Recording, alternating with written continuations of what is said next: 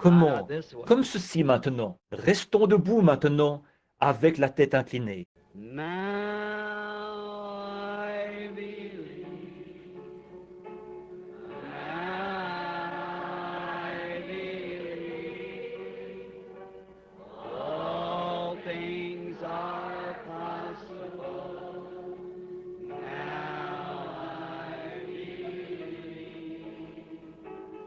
Now I believe.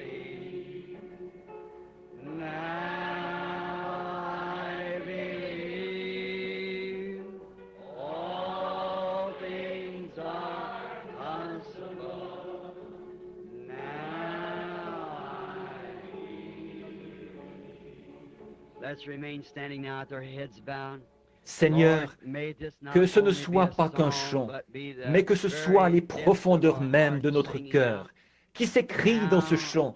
Maintenant, je crois. Les disciples ont dit à un moment donné, après que Jésus avait fait tant de miracles, ils ont dit, Seigneur, maintenant, nous croyons. Jésus a dit, vous croyez maintenant? Ils ont dit, nous croyons que tu sais toutes choses et que tu n'as pas besoin que personne t'enseigne. Alors, Père, ce soir, nous nous rendons compte que tu n'as pas besoin de notre enseignement, mais que c'est nous qui avons besoin du tien. Aussi, nous te prions de nous enseigner comment prier, comment vivre et comment croire. Accorde-le, Seigneur, au cours de cette réunion de ce soir. S'il nous manque quelque chose, donne-le nous, Seigneur. Nous le demandons au nom de Jésus. Amen.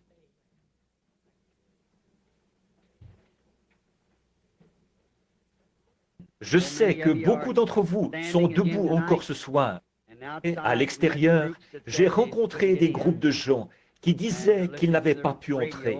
Ils écoutent à la radio dans leur voiture. Et maintenant, nous allons essayer de faire aussi vite que possible ce soir, en ce dimanche soir que nous consacrons à la prière pour les malades, où nous ferons une ligne de prière dans la mesure où nous pourrons en former une ici à l'avant.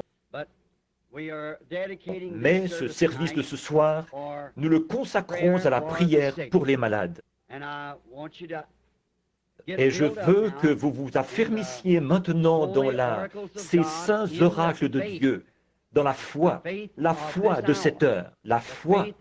Il faudra plus de foi qu'il n'y en a jamais eu dans tout autre âge, car ceci doit être la foi pour l'enlèvement, pour être enlevé au ciel. Et alors, nous voulons que vous croyiez ce soir à tout ce que vous avez vu et entendu, à la parole que vous avez entendu prêcher, aux signes et aux prodiges que vous avez vus s'accomplir. Nous voulons que vous emmagasiniez tout cela dans votre cœur et que vous réfléchissiez à savoir si oui ou non il s'agit de Dieu. Tout comme jadis Élisée l'avait dit, si Dieu est Dieu, alors servez-le. De même, si Jésus est le centre de tout pour le chrétien, alors je pense que nous devrions abandonner tout le reste et nous attacher à lui. Souvenez-vous, il est le centre, il est l'étoile polaire, il est le point de référence final. Il est l'absolu. Et s'il est l'étoile polaire, il n'y a qu'une chose qui indique l'étoile polaire. C'est votre boussole avec laquelle vous naviguez. Et la boussole avec laquelle je cherche à vous faire naviguer, c'est la parole. Et la parole l'indique toujours lui. Il nous semble que nous sommes en train de traverser une grande période d'angoisse et d'épreuve. Une période où on ne sait que faire et où il y a de l'angoisse chez les nations, où toutes sortes de choses se produisent. Et parfois, c'est comme si j'étais submergé. Partout où je regarde, c'est comme à bord d'un navire en pleine mer. Et on m'a confié le commandement du bateau. Comment allons-nous arriver à bon port? Une vague crêtée d'écume arrive, 100 fois plus grosse que mon navire. Mais nous franchirons la crête de chacune de ces vagues. Nous sommes plus que vainqueurs par lui. C'est le capitaine en chef, qui tient la corde au bout du navire. Il le fera passer au travers. Nous franchirons la crête de chacune de ces vagues. Maintenant, ce soir, pour faire vite et vous laisser partir de bonne heure, nous vous remercions car vous faites de longs trajets en voiture et tout. Il vous faut rouler en voiture et faire ce sacrifice.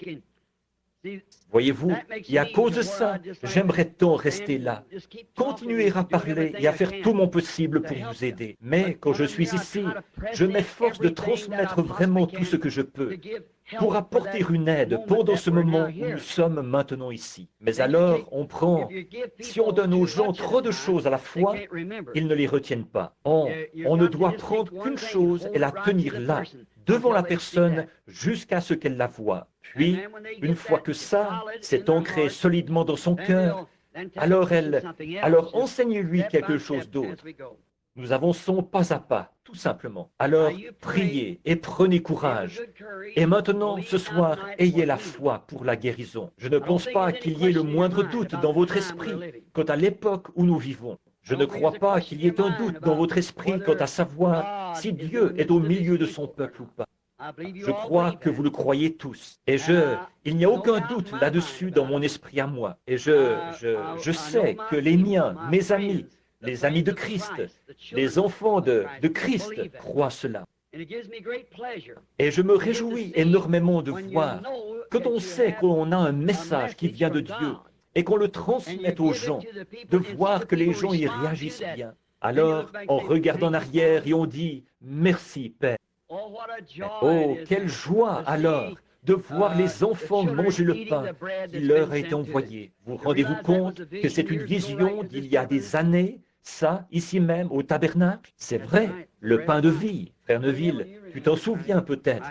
Un moment extraordinaire. Maintenant, prenons, si vous voulez suivre la lecture ou bien la prendre en note, c'est que je ne crois pas qu'il soit opportun de faire un service sans lire la parole de Dieu et faire quelques commentaires. Si on a prévu faire un service de guérison ou tout autre genre de service, nous comprenons tous, il n'y a pas de nouveaux venus parmi nous, je pense. Mais nous comprenons tous ce qu'est la guérison. Ce n'est pas quelque chose que quelqu'un fait pour vous. C'est ce que Dieu a déjà fait pour vous. C'est la même chose pour le salut. Seulement, il faut amener les gens à croire que c'est la vérité. Dieu l'enseigne dans sa parole, après quoi il le prouve à ceux qui sont disposés à y croire. Car il a dit, tout est possible à ceux qui croient. Vous dites, rien n'est impossible à Dieu.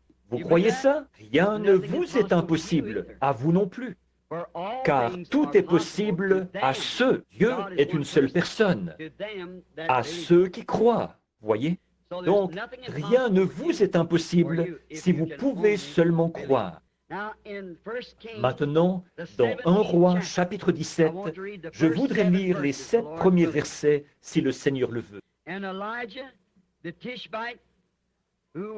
Élie de Tishbite, l'un des habitants de Galade, dit à Achab, « L'Éternel est vivant, le Dieu d'Israël, dont je suis le serviteur. Il n'y aura ces années-ci ni rosée, ni pluie, sinon à ma parole. » Et la parole de l'Éternel fut adressée à Élie en ces mots. « Pars d'ici, dirige-toi vers l'Orient, et cache-toi près du torrent de Kérit, qui est en face du Jourdain. Tu boiras de l'eau du torrent, et j'ai ordonné aux corbeaux de te nourrir là. » Remarquez, te nourrir là, pas ailleurs. Là, il partit et fit selon l'Éternel, ou la parole de l'Éternel, et il alla s'établir près du torrent de Kérit, qui est en face du Jourdain. Les corbeaux lui apportaient du pain et de la viande le matin, et du pain et de la viande le soir. Et il buvait de l'eau du torrent. Mais au bout d'un certain temps, le torrent fut à sec, car il n'était point tombé de pluie dans le pays.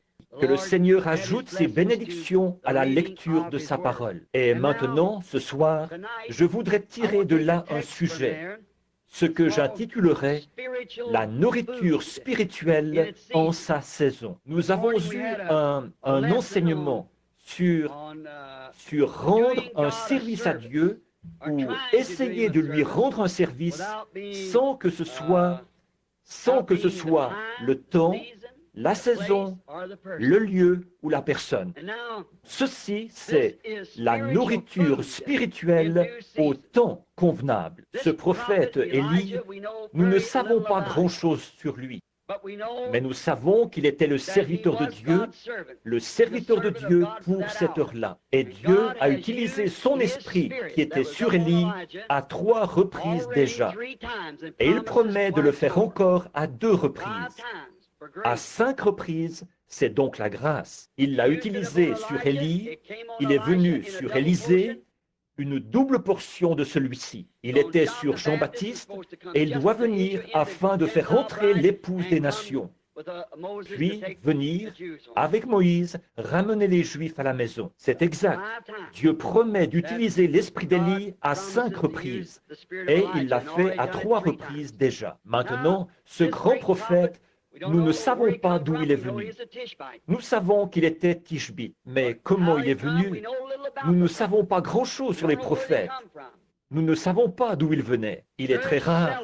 En effet, je n'en connais aucun qui soit venu de l'Église ou qui ait eu une généalogie derrière lui. C'étaient des hommes comme les autres.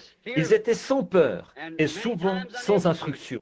Et ils n'ont jamais rien écrit eux-mêmes. Ésaïe et Jérémie, 2 ou 3 d'entre eux ont écrit.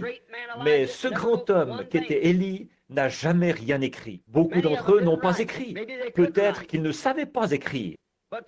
Mais c'étaient des hommes qui étaient rudes. Personne dans la Bible n'était de la trempe de ces prophètes d'autrefois. Ils ont défié des royaumes, des rois, des peuples, des églises et tout le reste. Ils ont pris fermement position pour la parole de Dieu et Dieu a prouvé qu'ils avaient raison. C'étaient des individus très rudes. Et Élie, c'était un des plus rudes d'entre eux. C'était un homme du désert. Il est sorti du désert. Il vivait dans le désert. La Bible dit qu'il était vêtu de poils. Il était enveloppé d'une peau de mouton et il avait un morceau de cuir, de peau de chameau autour des reins. Très, le visage couvert de barbe. J'imagine qu'il était un homme d'allure très rude, d'aspect très rude. Mais nous ne sommes, ils ne sont pas tous morts.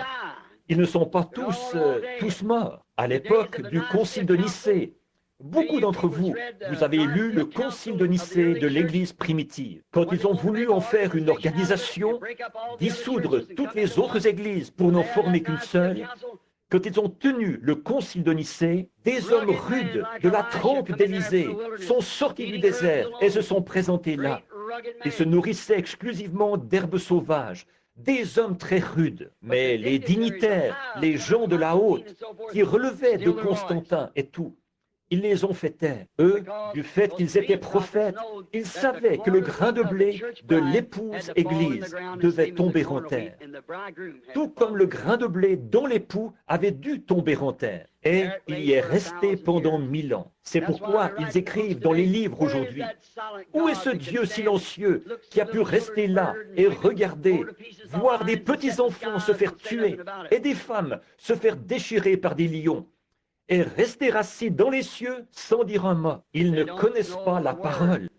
Il faut que ce grain de blé tombe en terre. Comment un Dieu juste a-t-il pu rester là et regarder son propre fils mourir, se faire cracher dessus et tout? Mais c'est selon la parole. Il faut que ça arrive. Et c'est comme ça, même en cette heure. Cet homme, il était un grand homme. Il avait devant lui une génération pécheresse. Achab était roi et son père, qui l'avait précédé, avait été méchant. Depuis Salomon, tous les rois qui s'étaient succédés avaient été méchants. Et cet homme, Achab, qui régna pendant 22 ans à Samarie, était le pire de tous. C'était un vrai moderniste. Il croyait à la religion, bien sûr, et il avait implanté la tendance moderne partout. Il avait ses 400 prophètes hébreux, tous bien instruits et bien formés. Dieu lui en avait envoyé un, mais il ne voulait pas le croire. C'était Élie. Mais Élie, ce Tishbite, était un homme du désert. Ce n'était pas un homme raffiné. C'était un homme rude. Un jour, après qu'Achab avait tellement péché que Dieu ne pouvait plus tolérer ça, il a parlé à Élie dans le désert. Et le voici qui descend la route qui mène à Samarie, comme je l'ai souvent illustré, peut-être le visage couvert de barbe blanche, son crâne chauve qui luisait au soleil, ses petits yeux plissés. Là-bas, un bâton à la main, le sourire aux lèvres, il est allé tout droit vers le roi d'Israël et il a dit, là, il ne tombera pas, même de rosée, tant que je ne l'aurai pas fait venir. Que Dieu nous donne des hommes comme celui-là, des hommes qui savent ce qu'ils font, avec l'ainsi dit le Seigneur. Or, nous voyons qu'avant de faire ça, Dieu l'avait appelé. Dieu lui avait parlé. Et c'est pourquoi il n'avait peur de rien. Il n'avait pas peur de son message, que ça n'arrive pas. Il savait que ça allait arriver. Il savait que c'était selon la parole du Seigneur. Et il savait qu'il était le prophète de Dieu pour cette heure-là. C'est pourquoi que le roi lui coupe la tête, qu'il le jette en prison, quoi que les gens fassent, ça lui était parfaitement égal. Il avait une commission. Ainsi dit le Seigneur. Au roi, bien en face, quel individu rude. Mais avant de faire ça, de prédire cette grande sécheresse, en effet, Dieu ne permettra pas que le péché reste impuni. Il faut qu'il y ait une punition. À quoi sert d'avoir une loi s'il n'y a pas de punition? À quoi servirait de dire que c'est illégal de griller un feu et qu'il n'y ait pas d'amende qui soit attachée ou pas de punition qui soit attachée? Ce ne serait pas une loi. Donc, il y a une punition attachée au péché. Alors, quand Dieu fait une loi et qu'on défie cette loi, il faut qu'il y ait une punition attachée à ça. Et cette nation avait violé toutes ces lois. Oh, ils avaient l'Église en grand, ils avaient le temple. Ils ne manquaient pas d'hommes instruits. Ils avaient des prophètes partout dans le pays. On les produisait dans les écoles, en série, comme une machine. Il ne manquait pas de prophètes. Il ne manquait pas de sacrificateurs. Il ne manquait pas de scribes. Il ne manquait pas de religion. Mais ils s'étaient éloignés de la parole de Dieu. Alors Dieu a appelé un homme qui n'était pas dans leur rang du tout. Et l'a envoyé avec l'ainsi dit le Seigneur. Et remarquez comme il s'occupe des siens. Avant d'envoyer ce prophète muni du message, il a dit, Élie, va dire ces choses au roi Achab. Et alors, quand tu l'auras fait, éloigne-toi vite de lui, car j'ai préparé un lieu où tu iras pendant la sécheresse. Je vais prendre soin de toi, Élie, à condition que tu prêches ma parole, que tu fasses exactement ce que je te dicte. Maintenant, je vais montrer en type ce grand ministère ce soir, celui d'Élie et l'époque d'Élie, faire le rapprochement avec l'heure où nous vivons. Je crois que c'est un type parfait. Je pense aux nations, si nous avions le temps de retourner en arrière. Mais c'est que je veux consacrer le temps qu'il faut à la ligne de prière. Donc, si nous pouvions retourner en arrière et voir ça, Israël s'était emparé de la Palestine dans les mêmes conditions que nous nous sommes emparés des États-Unis. Nous sommes entrés aux États-Unis et nous en avons chassé les habitants, c'est-à-dire les Indiens, et nous avons pris possession du pays. Et de même, Israël est entré en Palestine sous la conduite de Josué, sous la direction de Dieu. On a chassé les habitants et s'est emparé du pays. Et leurs premiers rois étaient des hommes vaillants. David, Salomon, de grands hommes. Nos premiers présidents étaient de grands hommes. Washington, Lincoln, et ainsi de suite. Puis, les présidents ou les rois se sont corrompus de plus en plus. Et on a fini par se retrouver avec celui-là, Achab, le type même, exemple très typique de notre jour. Et les gens étaient devenus tellement modernes qu'ils ne voulaient plus entendre la vraie parole du Seigneur. Et vous pouvez vous imaginer un peuple moderne comme celui-là, l'impression que pouvait donner un véritable serviteur de Dieu. Voyons, il était fou, il avait perdu la raison. C'était une chose impossible, ça. Ils étaient religieux, très religieux. Il y avait des hommes sincères parmi eux. Il y avait des gens sincères parmi eux. Ils étaient très religieux. Alors, il savait qu'il faudrait plus qu'une théologie ordinaire, qu'il faudrait plus qu'un message ordinaire, qu'il faudrait plus que de prêcher la parole tout court.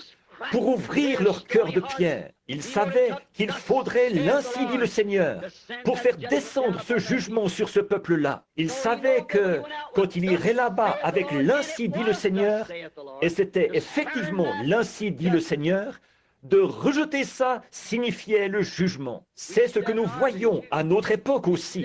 C'est ce que nous voyons à toutes les époques. Il ne reste plus que le jugement une fois qu'on a franchi la ligne de la miséricorde.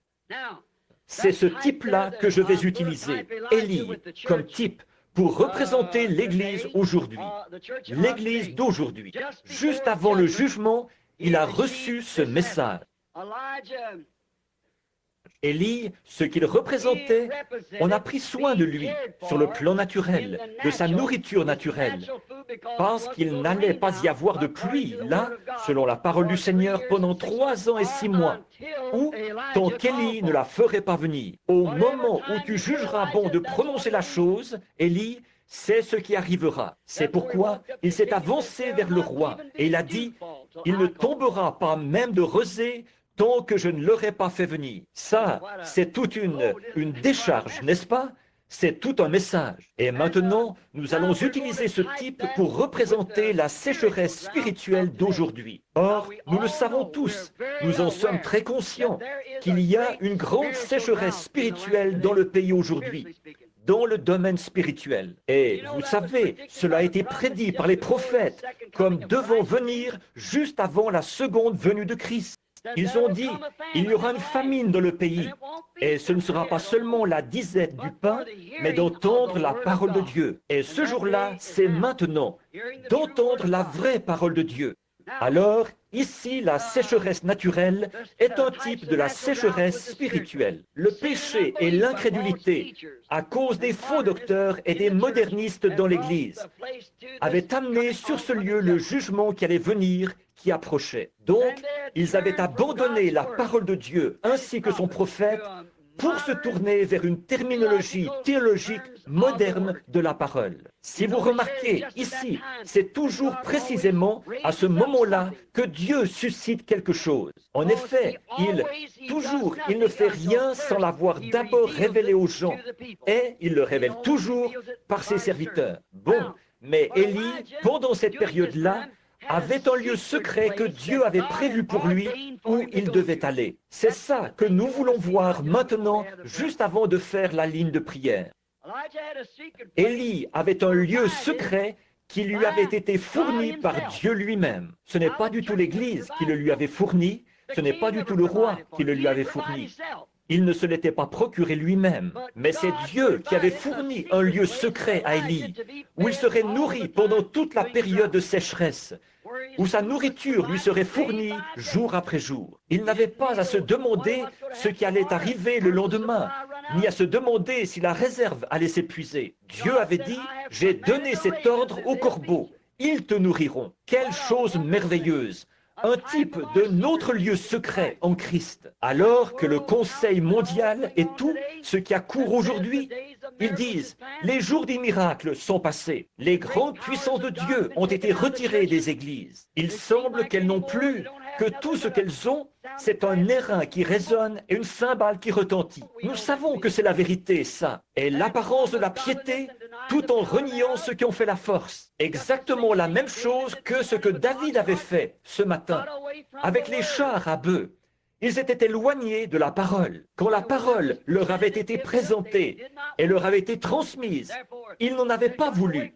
Par conséquent, ils s'en étaient éloignés. C'est ce que ces gens avaient fait du temps d'Élie. Ils s'étaient éloignés de la parole. Ils pensaient qu'ils avaient la parole, mais ils ne l'avaient pas. Alors, remarquez, ensuite, pour cette période où il allait punir l'incroyant, il a préparé pour le croyant un moyen d'en sortir. Il fait la même chose chaque fois. À l'époque où il allait détruire le monde par l'eau, il a préparé pour Noé un moyen d'échapper. À l'époque où il allait noyer l'Égypte, il a préparé pour son peuple un moyen d'échapper, de traverser la mer. Oh, comme Dieu pourvoit lui-même aux moyens. Et là où il n'y a aucun moyen, il est le moyen.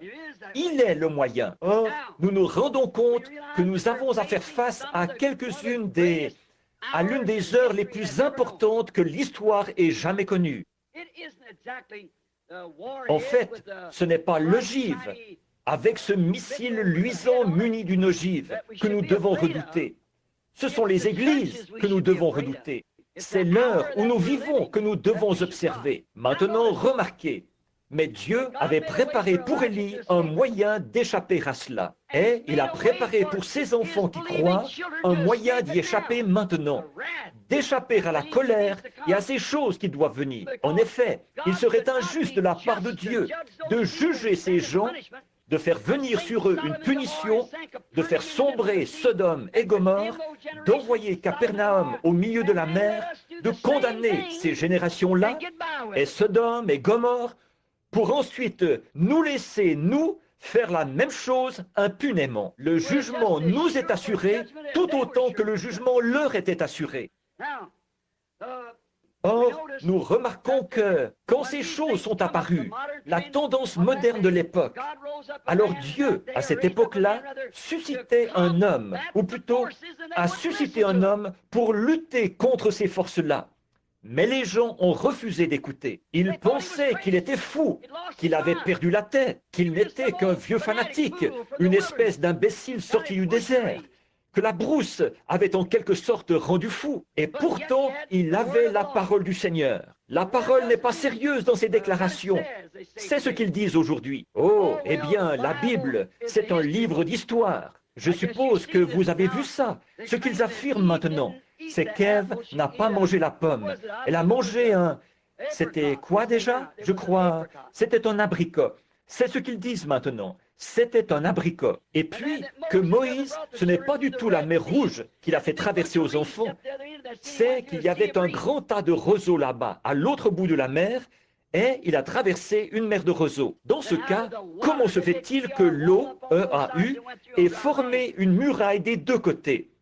Qu'ils aient traversé à pied sec, alors? Oh, quel non-sens! Mais vous voyez, voilà le genre d'époque qu'il faut pour faire descendre la colère de Dieu sur les gens. Effectivement, ils disent que ça n'existe pas, c'est jusqu'aux gens d'église qui ne croient pas au miracle. Je vous donnerai 1000 $, ont-ils dit. Faites-moi voir un miracle, faites-moi voir un miracle. Eh bien, ils ne verraient pas, même si 10 000 choses étaient produites devant eux. Voyons, ils ne verraient jamais. Vous dites, c'est impossible. Oh non, pas du tout. Élie, un jour, il était à Dothan. Et l'armée des Syriens était venue entourer la ville pour s'emparer de lui. Parce qu'ils savaient que la puissance de cette nation venait de là, se trouvait dans ce voyant. Eh bien, le roi, un de ces hommes a dit au roi de Syrie, il a dit, eh bien, tu sais, Élie le prophète, le Tishbite, rapporte au roi d'Israël les propos que tu tiens dans le secret de ta chambre. Il a dit, va chercher ce type-là. C'est ce gars-là qui nous fait obstacle. Et toute l'armée des Syriens est allée en douce encercler Dothan. Ils l'ont cerné de toutes parts. Et Géasi, le serviteur du prophète, s'est réveillé. Et il a dit, « Oh mon père, les armées nous cernent de toutes parts, ici.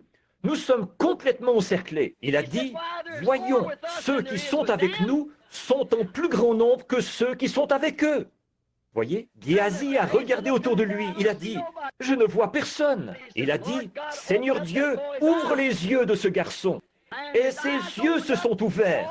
Et toutes les collines étaient pleines d'anges et de chars installés partout. Les forces invisibles. Élie s'est avancé là sans hésitation, et la Bible dit, il les frappa d'aveuglement. Il s'est avancé vers eux. Ils étaient aveugles.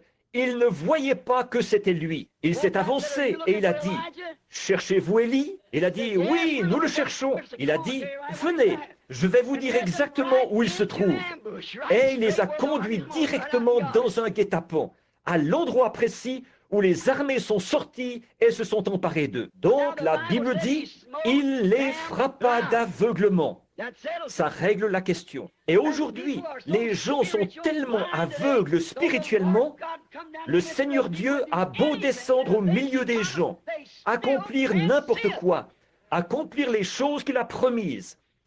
Ils ne voient toujours pas ce qu'il en est. Ils sont aveugles spirituellement. Ils ne connaissent pas Dieu. Ils ne connaissent pas sa grande puissance. Donc, nous remarquons que c'est ce qu'ils avaient fait du temps d'Élie.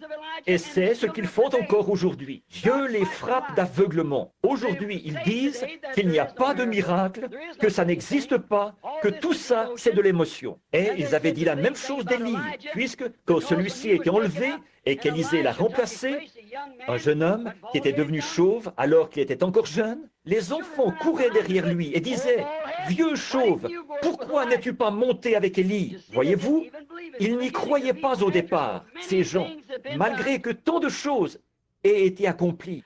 Ce grand homme de Dieu avait été enlevé au ciel par un char de feu. Et les gens n'y croyaient toujours pas. Et ils ont laissé leurs jeunes enfants courir derrière cet homme et dire « Vieux chauve, pourquoi n'es-tu pas monté ?» Voyez? Et là, le prophète a maudit ses enfants et une ours a tué 42 d'entre eux. Maintenant, remarquez, aujourd'hui, comme à cette époque-là, ils ajoutent leur interprétation personnelle à la parole. Bon, s'ils veulent faire ça, ça les regarde. Mais ils cherchent à nous y faire croire. La Bible dit que cette parole de Dieu ne peut être un objet d'interprétation particulière. Dieu fait l'interprétation par lui-même. Dieu confirme sa parole, et c'est ça qui en est l'interprétation. Comme je l'ai souvent dit, il a dit au commencement que la lumière soit. Et la lumière fut. Ça n'a pas besoin d'être interprété. C'est arrivé. Il a dit qu'une vierge concevrait. Elle l'a fait. Il a dit qu'il répandrait son esprit. Il l'a fait. Et il a dit que dans les derniers jours, il ferait certaines choses. Et il les fait. Ça n'a besoin d'aucune interprétation. Dieu en fait l'interprétation par lui-même. Quoi que disent les hommes insensés, ça n'arrête pas Dieu du tout. Quand Jésus était sur terre, il a dû faire face à autant d'incrédulité que nous aujourd'hui, et peut-être même plus. Mais ça ne l'a pas arrêté. Il a continué quand même à accomplir et à faire son devoir, et Dieu confirmait tout ce qu'il faisait. Il a dit, « Je ne suis pas seul, mon Père et moi, nous sommes un. Il demeure en moi. Ce n'est pas moi qui fais les œuvres, c'est le Père qui demeure en moi. Si je ne fais pas ces œuvres, alors ne me croyez pas. Mais si je fais ces œuvres, quand même, vous ne me croiriez pas, croyez aux œuvres. » Voyez, autrement dit, sondez les Écritures, a-t-il dit, parce que c'est en elles que vous pensez avoir la vie éternelle, en connaissant les Écritures. Et ce sont les Écritures elles-mêmes qui rendent témoignage de moi. Amen. Quelle déclaration! Ce sont elles, les Écritures, qui vous déclarent qui je suis, a dit Jésus. Et ce sont les Écritures qui vous déclarent à quelle heure nous vivons. Et ces choses que vous voyez s'accomplir, c'est Dieu lui-même au milieu de son peuple. Il n'y a que Dieu qui puisse ressusciter les morts. Il n'y a que Dieu qui puisse faire les choses qu'il fait en ce moment. En effet, la Bible dit, il est le même hier, aujourd'hui et éternellement. Alors nous voyons cette tendance moderne des gens. Oh, ces jours-là, c'est du passé. Les miracles, ça n'existe pas. Ces gens-là se laissent emporter par leurs émotions. Écoutez cet Élie, le prophète, qui crie contre eux et contre leurs théologiens. Remarquez, il a parlé comme s'il était Dieu lui-même.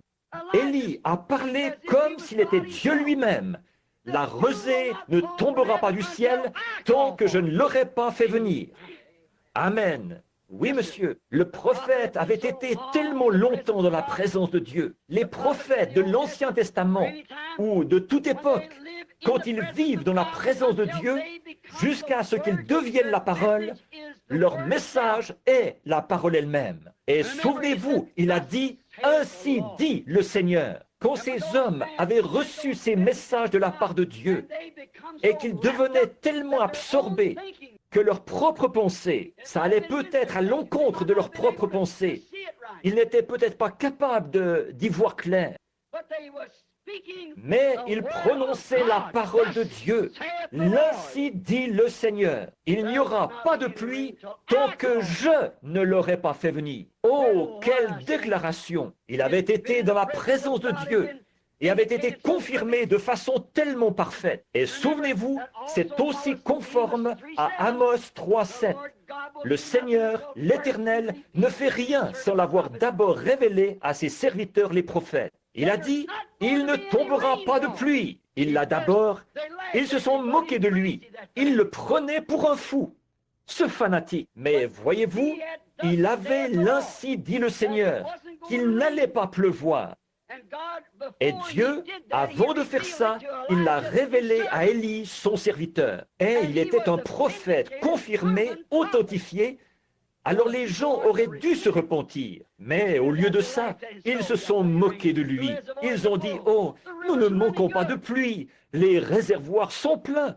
Les rivières coulent bien. La Bible dit qu'il n'y a pas même eu de rosée pendant 3 ans et 6 mois. Tous les ruisseaux et toutes les eaux ont tari partout. Ce n'était pas cet homme, c'était Dieu qui parlait à travers cet homme. Voilà le « je » dont il s'agissait.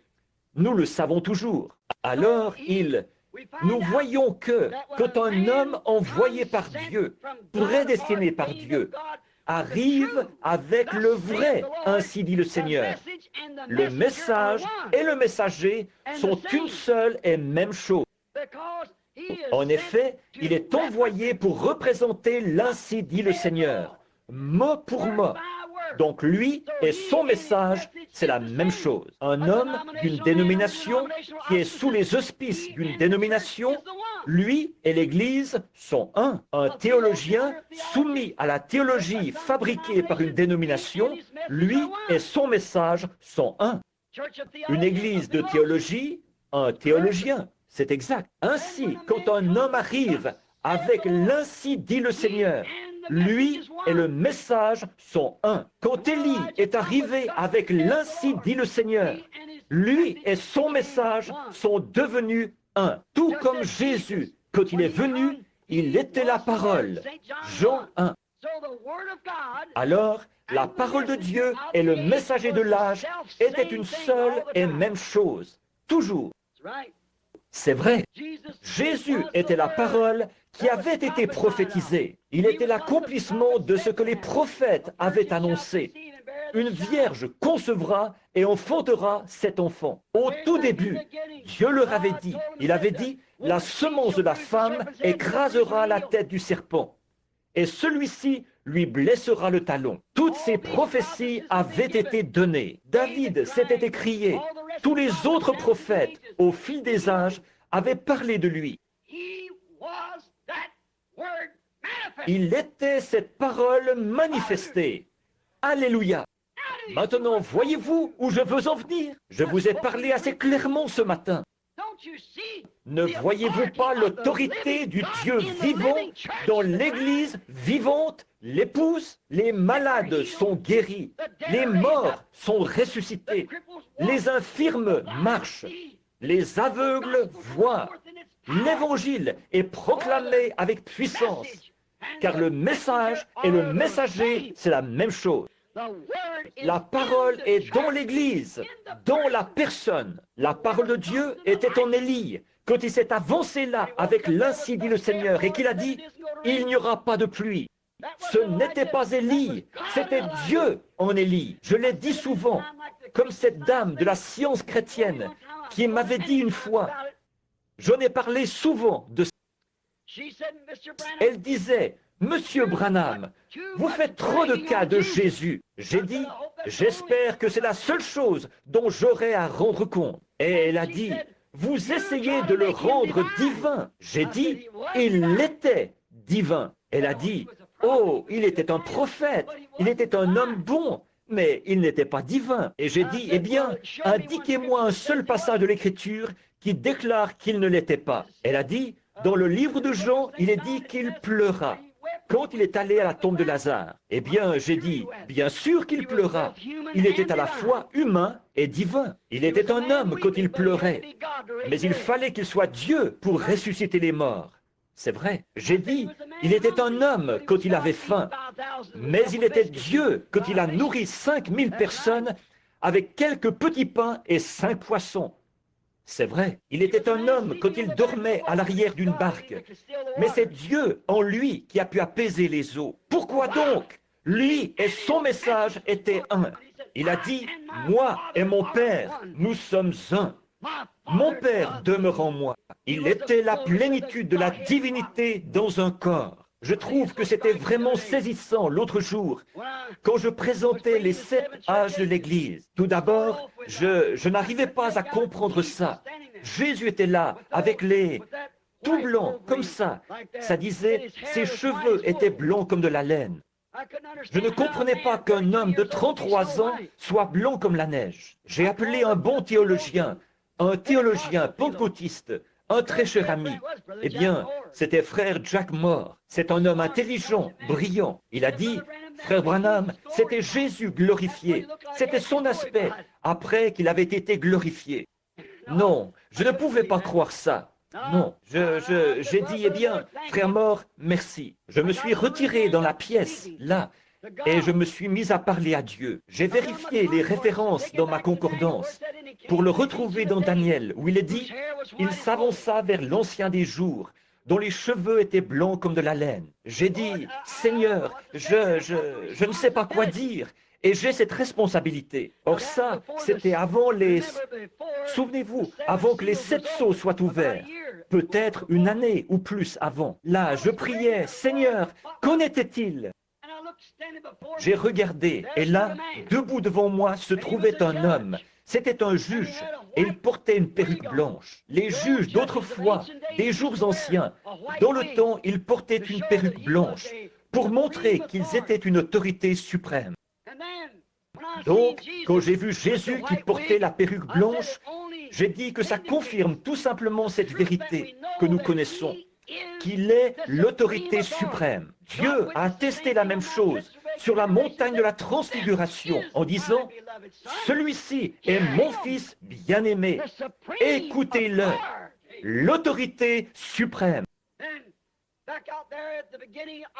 Et puis, là-bas, au commencement des 7 sceaux, quand ces 7 anges sont descendus en forme de pyramide, ils se sont tenus là et m'ont dit de revenir pour parler de ces 7 sceaux et qu'ils seraient avec moi, qu'ils me montreraient de quoi il s'agissait, les choses qui avaient été perdues. J'avais toujours pensé que c'était scellé au dos du livre et que ce serait quelque chose qui n'était pas écrit dans le livre. Mais il s'est avéré que ce qui a été divulgué là, c'est qu'il ne peut pas faire ça. Ce n'est pas quelque chose qui est écrit dans le livre, c'est quelque chose qui a été caché dans le livre. Car quiconque en retranchera une seule parole ou y ajoutera une seule parole, alors c'est un mystère qui se trouvait dans le livre pendant ces 7 âges de l'Église. Chacun d'eux a produit un mystère. Toutes ces choses au sujet du baptême d'eau et autres, qui les ont fait tâtonner pendant si longtemps. Ensuite, quand ça s'est élevé, les grands observatoires, tout là-bas en Californie, jusqu'au Mexique, au-dessus de Tucson et partout, ils en ont pris la photo. C'était mystérieux à voir. Frère Fred Sothman, qui est là, assis juste là, et moi et frère Gene Norman, nous étions là, présents quand ça s'est élevé. Ils ont pris cette photo, mais ils ne savent toujours pas ce qu'il en est. Il n'y a pas longtemps, chacun disait, « Regarde un peu, ça ressemble à ceci. » Et les ailes de ces anges qui sont repliées là. Un jour, je l'ai tourné à droite, j'ai regardé, et là se trouvait Jésus-Christ, un portrait aussi parfait que Hoffman en a jamais produit. Il était là, portant une perruque blanche, regardant en bas vers la terre, montrant qu'il est l'autorité suprême. Les cieux le déclarent, la Bible le déclare, le message le déclare, tous la même chose, l'autorité suprême. Portant la perruque blanche, on voit sa barbe noire en dessous. Beaucoup d'entre vous ont vu la photo. Nous l'avons là-bas au fond. Vous n'avez qu'à la tourner à droite, de côté. Regardez-la. Le voilà, aussi parfait qu'une photographie qu'on aurait prise de lui. Il ne la regarde pas de l'angle qu'il faut. Il faut la regarder du bon angle. Et seul le Seigneur Dieu peut révéler quel est le bon angle. Tournez-la à droite et regardez-la. Le voilà, aussi parfait que si on l'avait prise en photo, là-haut. La toute première fois que je l'ai vu, il ressemblait au portrait de Hoffman, que je n'avais encore jamais vu. C'est dans le tabernacle de Billy Sunday, des années plus tard que je l'ai vu. Depuis, j'ai toujours eu une de ces photos-là dans ma maison. Et puis, ici, dans les airs, comme quoi le Dieu même que j'avais vu en vision près d'ici, alors que je n'étais qu'un jeune garçon, près d'ici, à l'endroit où se trouve maintenant l'école, c'est à ça qu'il ressemblait. Et ici, dans les cieux, 33 ans plus tard, ceux-ci déclarent que c'est la vérité. C'est bien à ça qu'ils ressemblent. Non pas quelque chose de mystique, la conception personnelle de quelqu'un. Comme au Vatican, ils ont là un portrait du Christ avec un petit collier de barbe blanche ou un collier de barbe d'environ un demi-pouce de long qui forme un cercle autour du menton, jusqu'au-dessus de la bouche, comme ceci. Ils appellent ça le Christ. Ça me rappelle un artiste grec, ce que j'ai vu une fois dans une cathédrale ancienne. Il montrait à quoi ressemblaient Adam et Ève. Ils ressemblaient à des bêtes ou quelque chose comme ça. Voilà ce que la pensée charnelle peut percevoir d'une chose spirituelle. Je pense qu'Adam, c'était le plus bel homme qui ait jamais vécu, et qu'Ève était une femme parfaite à tous égards. Maintenant, les pensées charnelles arrangent la chose selon leur conception personnelle.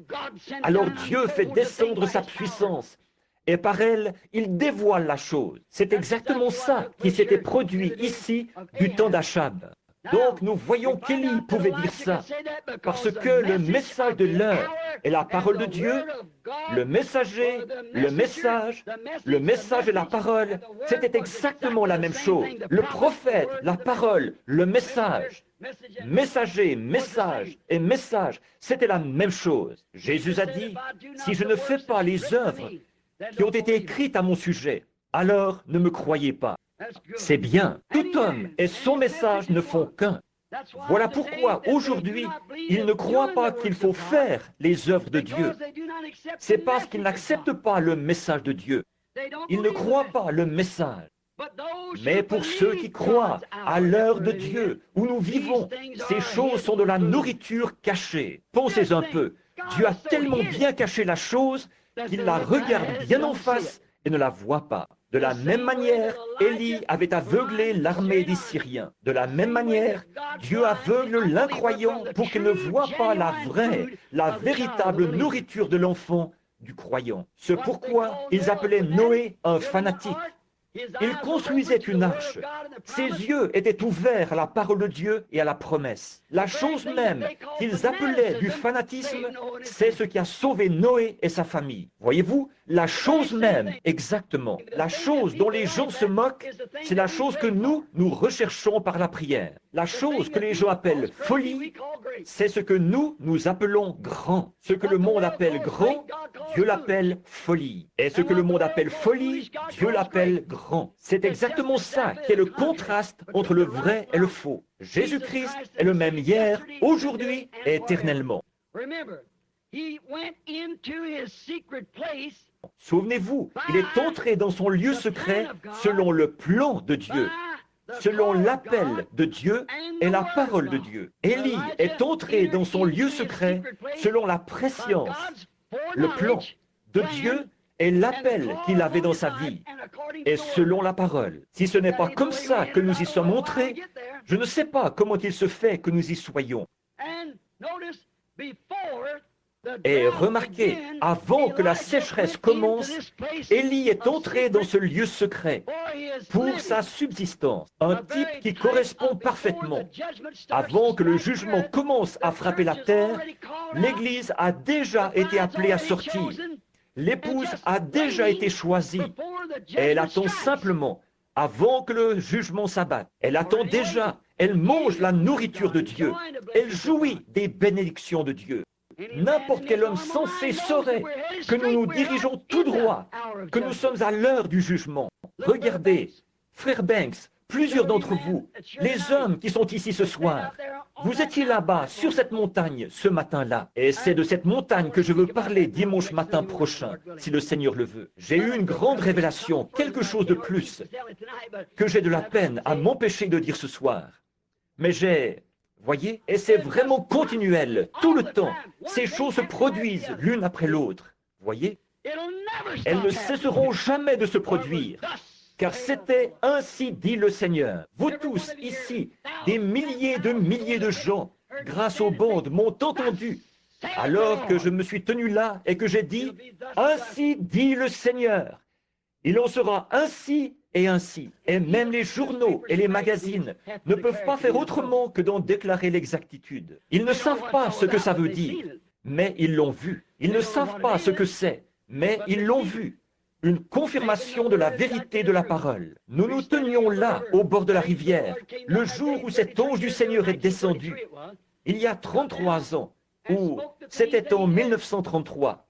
Il est descendu et a dit les choses qu'il a dites. En repartant, de nombreux hommes qui étaient là, sur la rive, ont dit « Qu'est-ce que ça voulait dire, Billy ?» J'ai dit « Ce n'était pas pour moi, c'était pour vous. Moi, je crois, vous, non. » Et j'ai tout simplement continué à marcher. Alors, le pasteur m'a dit, il a dit « Es-tu en train de me dire que toi, qui n'as fait que des études primaires, tu vas parcourir le monde et prier pour des monarques, des potentats, des rois et tout ?» Oh, il a dit, oublie ça, je ne pouvais pas l'oublier, c'était gravé dans mon cœur. Voici que 33 ans plus tard, tout ce qu'il avait dit est arrivé parfaitement, tel qu'il avait dit qu'il le ferait. Il est Dieu et ne peut pas échouer. Il tient toujours sa parole. Il n'en doutait jamais. Maintenant, remarquez, il y est entré selon le plan de Dieu, la préscience, l'appel de Dieu et la parole de Dieu. Et il y est entré avant que la sécheresse commence. Or, nous savons que le jugement est sur le point de s'abattre. Sur la colline, ce jour-là, avec frère Banks Woods, ici présent, nous montions la colline. Peut-être vais-je le raconter de nouveau pour faire grandir votre foi en vue de la ligne de prière qui se fera dans les 10 ou 15 prochaines minutes. Je marchais juste devant frère Banks. Je pense qu'il était parti au moment où sœur Ruby était malade. Il me suivait et j'ai remarqué qu'il avait le visage rouge. J'ai regardé en arrière, je me suis dit qu'il avait peut-être de la peine à gravir cette colline. Alors j'ai ralenti un peu. Là-bas, dans ces déserts, à monter des collines comme ça, à l'endroit où les anges du Seigneur étaient apparus, nous nous dirigions tout droit vers cet endroit-là, l'endroit où ils étaient apparus quelques mois auparavant. Et pendant que je montais la colline, l'Esprit de Dieu, quand je me suis retourné, j'ai regardé au sommet de la montagne.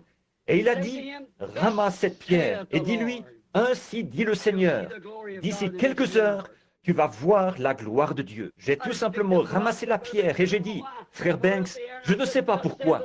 Je l'ai lancée en l'air et j'ai dit, ainsi dit le Seigneur, tu vas voir la gloire de Dieu. Il a dit, c'était pour Ruby? J'ai dit, non, je ne pense pas qu'il y avait un rapport avec toi, Banks, ni avec toi, ni avec Ruby.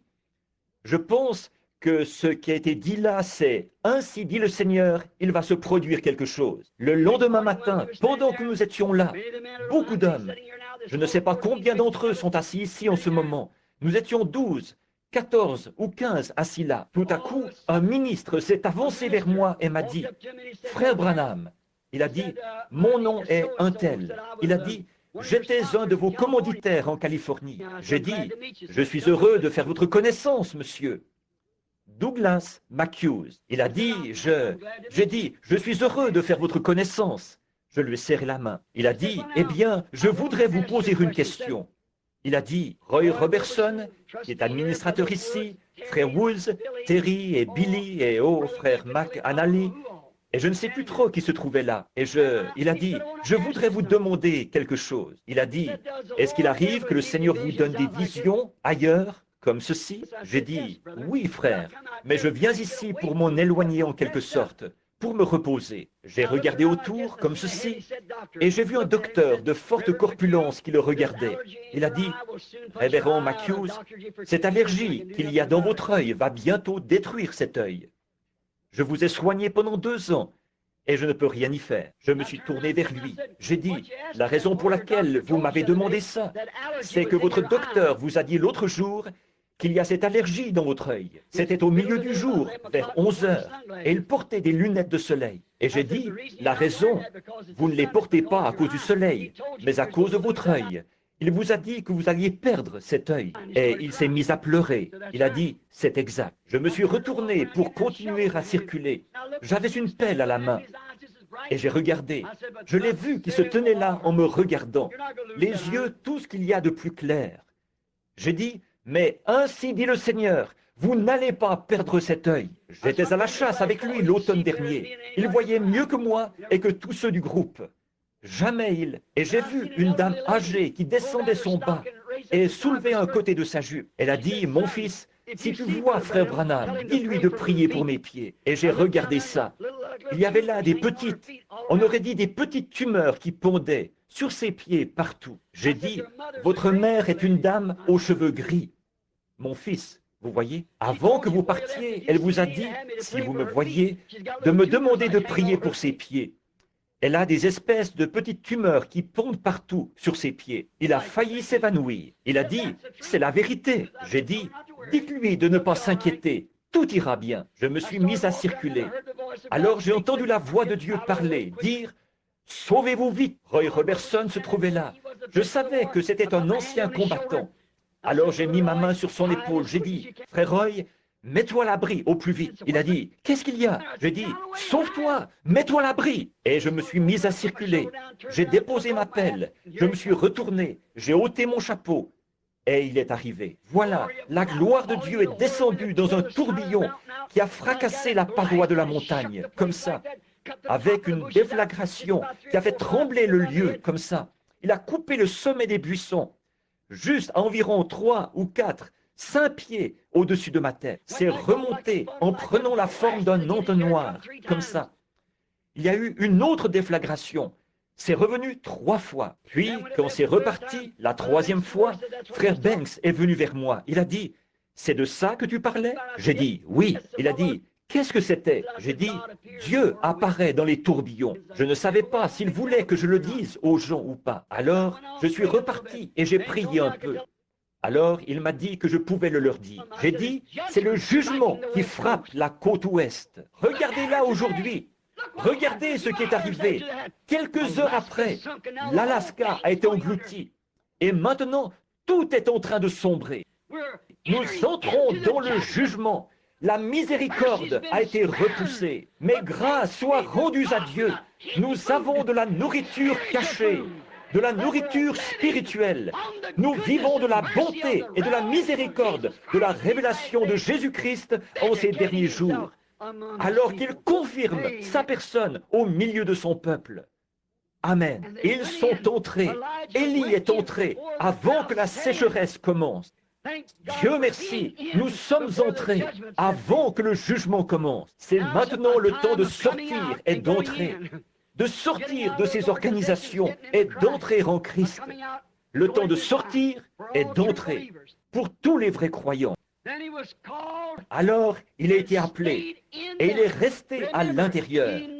Souvenez-vous, il n'a jamais quitté ce torrent tant que Dieu ne l'a pas appelé. Et vers la fin de la sécheresse, il a appelé à sortir de là pour se rendre chez une veuve. Remarquez, il a fait appel à cette veuve. Et cette veuve ne s'était pas associée avec les incroyants, pris la marque de la bête pendant la sécheresse. Alors, il a appelé Élie à nourrir cette veuve. Tout ce qu'ils avaient, c'était un petit gâteau, une petite chose à laquelle elle s'accrochait. Et Élie a dit, donne-le-moi premièrement, car ainsi dit le Seigneur, ce pot ne se videra point et la cruche ne séchera point, jusqu'au jour où le Seigneur Dieu fera tomber de la pluie sur la face du sol. Faire passer Dieu avant tout, sa parole avant tout. Remarquez, il y avait de la farine dans le pot. Chaque fois qu'elle allait chercher de la farine, il y avait de la farine dans le pot. Il y avait de l'huile dans la cruche. Chaque fois qu'elle allait en chercher. Pourquoi? La farine représentait Christ dans l'offrande de farine. Les grains devaient être impeccables pour que chacun soit moulu. Chaque grain de cette farine était pareil, montrant qu'il est le même hier, aujourd'hui, éternellement. C'était là la parole, le pain de vie, qui faisait suite au message, pour confirmer la parole. C'est pareil aujourd'hui, mes amis. C'est pareil aujourd'hui.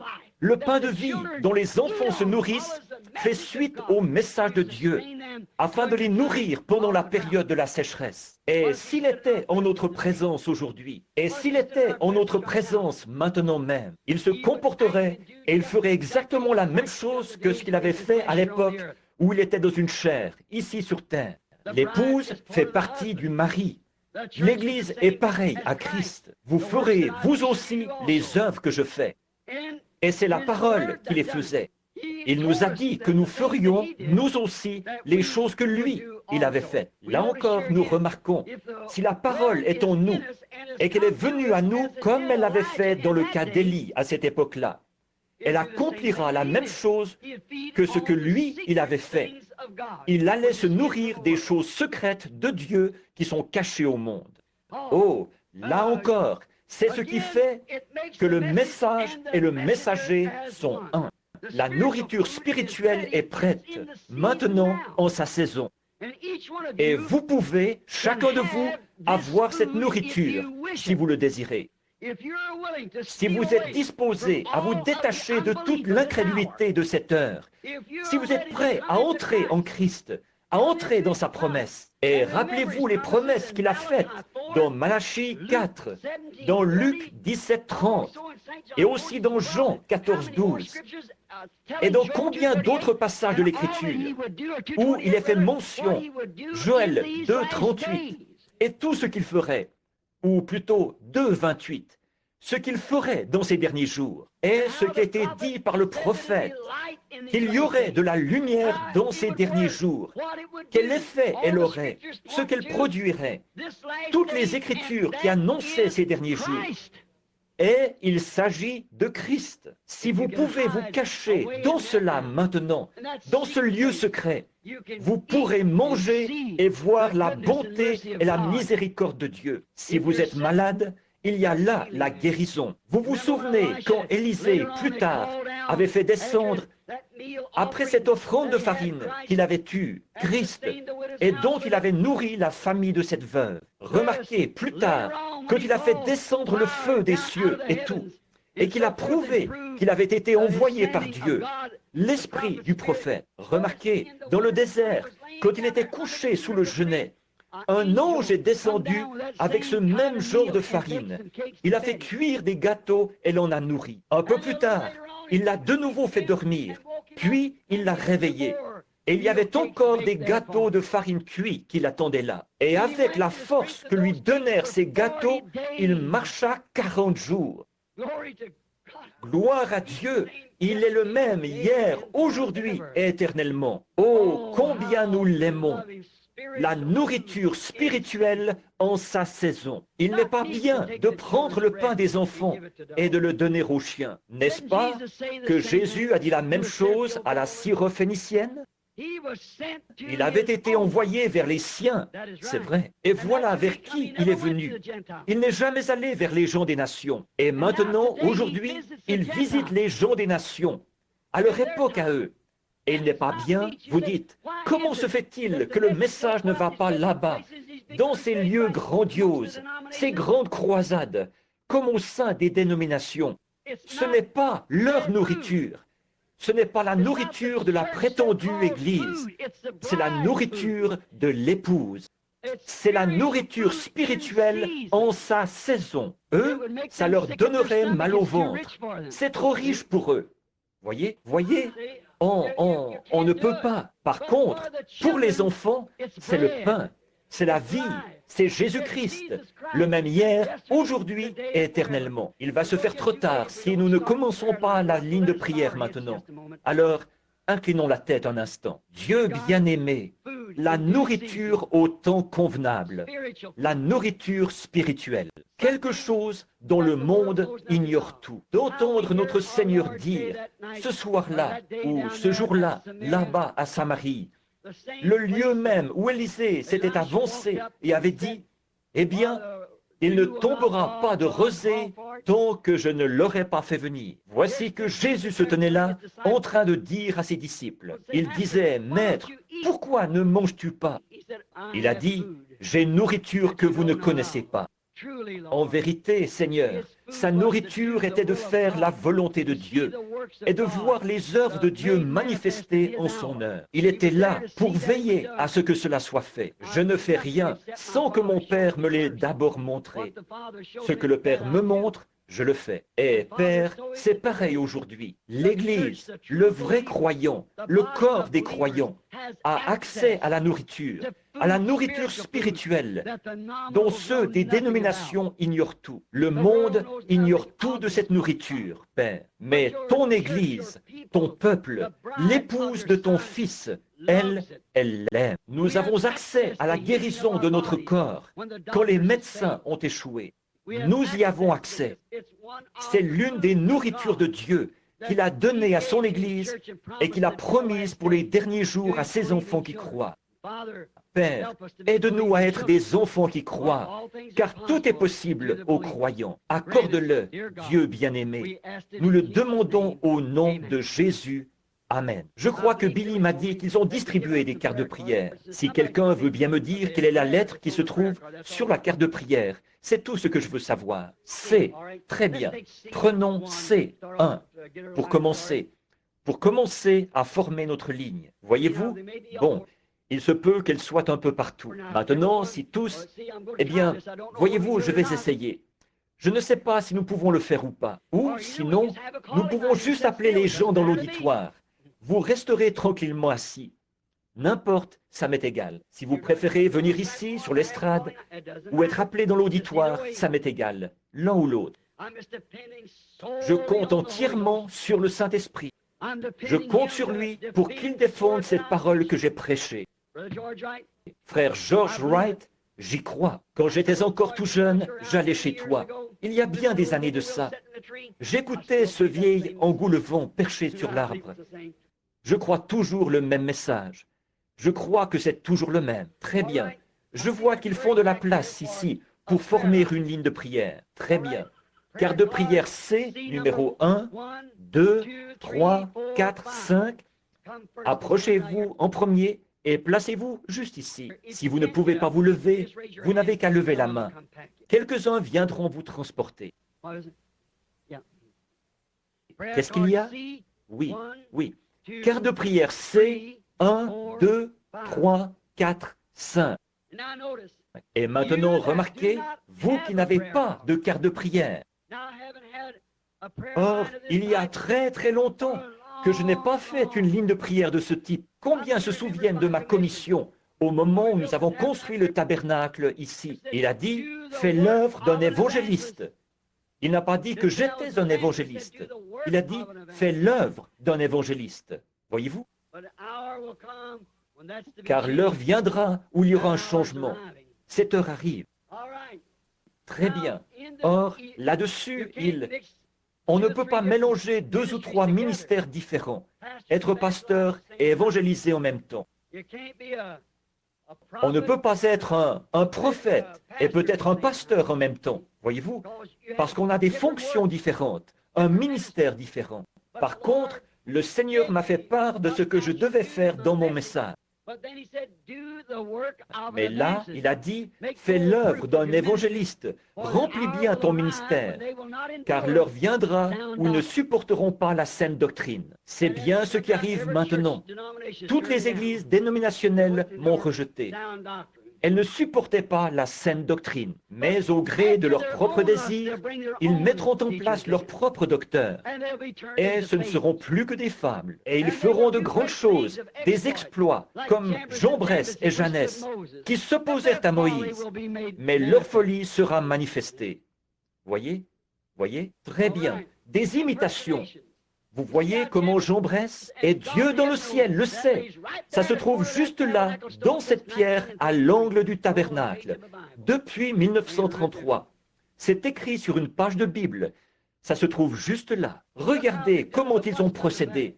Regardez l'accomplissement. Des imitations, exactement. Il a dit, laisse-les. Leur folie sera manifeste, de la même manière que l'a été celle de Jambres et Jannes. Voilà, nous en sommes à ce jour-là. J'avais vu l'Église, au moment où nous n'en étions qu'à la pose de la pierre angulaire. Des gens penchés sur les rebords des fenêtres, et partout, debout le long des murs du tabernacle. Et voilà, et les gens ont dit, à cette occasion, les gens de la ville, ici ont dit, dans moins de 6 mois, comme nous n'avions qu'$1 et 80 cents pour construire un tabernacle, bien des garagistes avaient déjà décidé que ça allait devenir leur garage. Mais c'est toujours une bergerie pour les brebis de Dieu. 1, 2, 3, 5, 6, 7, 8, 9, 10. C'est 6, 7, 8, 9, 10. Bien. Or, moi l'Éternel, je l'ai planté, Je l'arroserai jour et nuit, de peur qu'on ne la ravisse de ma main. Regardez la critique qu'il a eue. Aucune dénomination n'y a donné son appui. Il n'y a aucune église comme celle-là, nulle part ici dans le pays. Ni pentecôtiste, ni rien d'autre dans le pays n'y a apporté son soutien. Tous s'opposaient au baptême d'eau. Tous s'opposaient à toutes ces autres choses. Jusqu'à ma propre famille, mon propre papa qui m'a mis à la porte. J'ai mis mes vêtements dans un petit sac en papier et je suis allé habiter à New Albany. C'est vrai. Dans mes épreuves et mes labeurs, suffisante est sa grâce. Je peux toujours compter sur sa faveur. J'ai 56 ans et bientôt je devrais traverser le fleuve. À chaque heure qui passe, quand j'aurai pendant 1000 ans célébré ses louanges, nous pourrons, comme au commencement, lui offrir nos hommages. Oh, comme j'aime Jésus! Il est tout pour moi. Oh, très bien. Combien est-ce que je... Où est-ce que je m'étais arrêté? À 10? Est-ce que nous pouvons en prendre encore quelques-uns? Très bien. On était à quoi? À 10? 15? Très bien. C'est 10 à 15. Où que vous soyez, si vous pouvez vous lever et entrer dans la ligne. Vous dites? Ah, très bien. C'est 15 à 20. Alors, que ce soit C, 15 à 20, ça fait 10 personnes de plus. Nous voyons, vous voyez jusqu'où va la ligne, là. Nous ne voulons pas qu'il soit trop serré. Et nous, très bien. Maintenant, accordez-moi toute votre attention. Nous ne prendrons pas beaucoup de temps.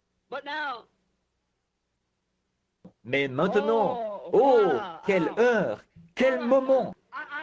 Je voudrais tant que tout le monde aime le Seigneur.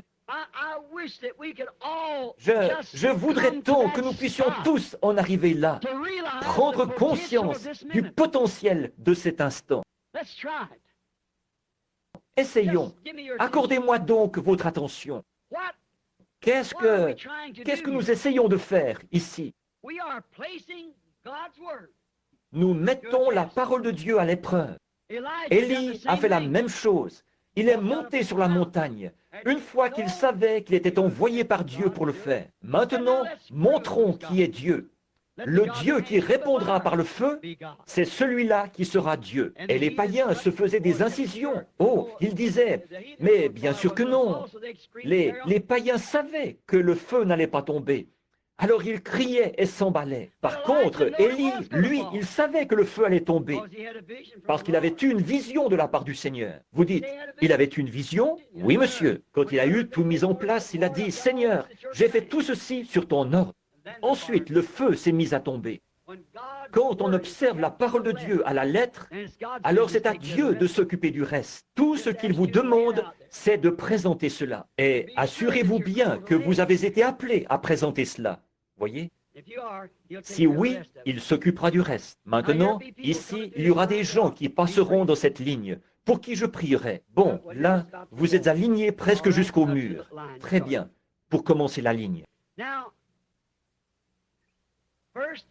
D'abord, tout au moins quelque part ici dans le bâtiment, quelques personnes. Combien ici sont malades et n'ont pas de carte de prière? Levez la main. Voyez?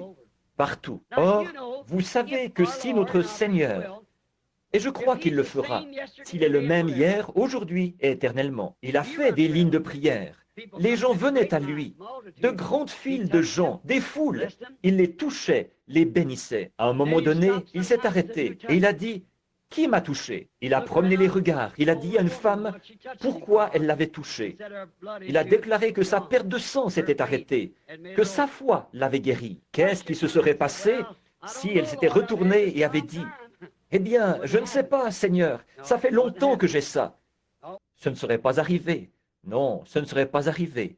Non. Qu'est-ce qui se serait passé s'il avait dit à la syrophénicienne, « À cause de ces paroles que tu as prononcées, ta fille, le démon est sorti d'elle. » Et qu'elle avait dit, « Eh bien là, Seigneur, j'aurais voulu que tu procèdes comme ceci. » Le démon serait resté dans cette fille, mais elle s'attendait à trouver son enfant comme il avait dit qu'elle la trouverait. Or, il nous a dit, « Si tu peux croire, si tu peux dire à cette montagne, ôte-toi de là, sans douter dans ton cœur, mais en croyant que ce que tu as dit arrivera, cela te sera accordé. Quand tu pries, crois que tu l'as reçu.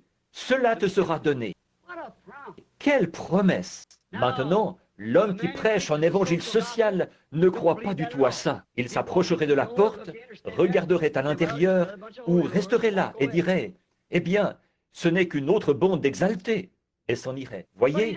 Mais il ne sait pas que ceci est la nourriture cachée. Il ne sait pas que ceci est la chose secrète qui lui a été cachée. Il ne le sait pas. C'est pitoyable. Être nu, misérable et aveugle d'entendement et ne pas le savoir. Voyez, c'est mauvais, ça. Oh Dieu, ne permets jamais que je devienne comme ça. J'aimerais mieux mourir. Je préférerais mourir, oui monsieur, plutôt que de faire ça. Et je pense que c'est la même chose pour chacun de nous, n'est-ce pas? Mais maintenant, Dieu nous a promis ces choses pour les derniers jours. Dans Malachie 4, il est dit que Jésus-Christ descendrait et se présenterait dans une chair humaine, comme il l'avait fait à Sodome. C'est vrai.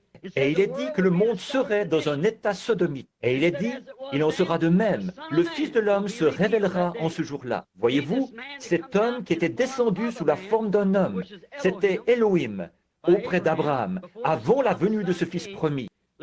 Regardez ce qu'il en était. Abraham a dit que c'était Dieu, et la Bible dit que 3 hommes sont venus à lui. Ils avaient de la poussière sur leurs vêtements, ils avaient voyagé, ils se sont assis et ils ont mangé comme des hommes. Et Jésus a dit que juste au moment où le monde se retrouverait dans un état sodomite, c'est alors que le Fils de l'homme se révélerait de nouveau. Non pas le Fils de Dieu, le Fils de l'homme, voyez-vous, se révélerait. Maintenant, faites le rapprochement avec ce que le dernier prophète a dit. Voici, je vous envoie Élie le prophète, et il ramènera le cœur des enfants au Père. Voyez? Un message visant à les ramener à la Bible.